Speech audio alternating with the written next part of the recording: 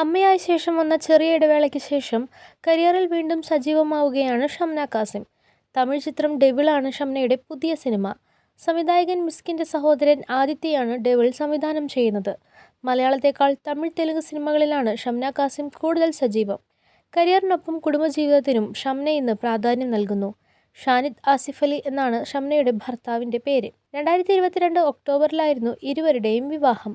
ഭർത്താവിനെക്കുറിച്ചും വിവാഹ ജീവിതത്തെക്കുറിച്ചും സംസാരിച്ചിരിക്കുകയാണ് ഷംന ഇപ്പോൾ. ആരുടെ സ്വപ്നത്തിൽ പോകാനാണ് ഇഷ്ടമെന്ന ചോദ്യത്തിന് മറുപടി നൽകവെയാണ് ഷംന ഭർത്താവിനെക്കുറിച്ച് പരാമർശിച്ചത്. ഭർത്താവ് ഉറങ്ങിയാൽ ഭൂമികുലുക്കം വന്നാൽ പോലും ആരും അറിയില്ല. ജീവിതത്തിൽ അങ്ങനെ ഒരാളെ ഞാൻ കണ്ടിട്ടില്ല. ബെഡിൽ ഞാൻ തിരിഞ്ഞു കിടക്കുമ്പോഴും ഉറങ്ങും. പിന്നെ എന്ത് സംഭവിച്ചാലും അദ്ദേഹം അറിയില്ല. ഭർത്താവിൻ്റെ സ്വപ്നത്തിലേക്ക് ചെന്നാലും അദ്ദേഹം എഴുന്നേൽക്കുമെന്ന് തോന്നുന്നില്ലെന്ന് ഷംന കാസിം ചിരിച്ചുകൊണ്ട് പറഞ്ഞു.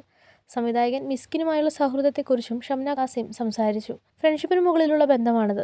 അദ്ദേഹം പറഞ്ഞതുപോലെ ജീവിതത്തിൽ കുറച്ചു പേരുമായി മാത്രമേ നമ്മൾ വളരെ അടുക്കൂ. അതിനൊരു പേര് വയ്ക്കാനാവില്ല. ആ സ്നേഹത്തെ ഒരുപാട് പേർ തെറ്റായി എടുക്കും.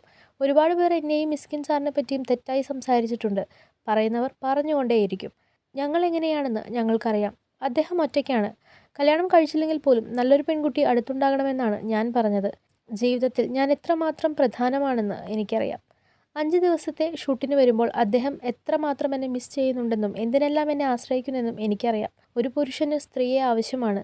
സ്ത്രീകളില്ലെങ്കിലും ജീവിക്കാമെന്ന് ചിലർ പറയും. പുരുഷൻ വേണ്ടെന്ന് ചില സ്ത്രീകളും പറയും. പക്ഷേ ചിലയിടങ്ങളിൽ നിങ്ങൾക്ക് പങ്കാളിയെ ആവശ്യമാണ്.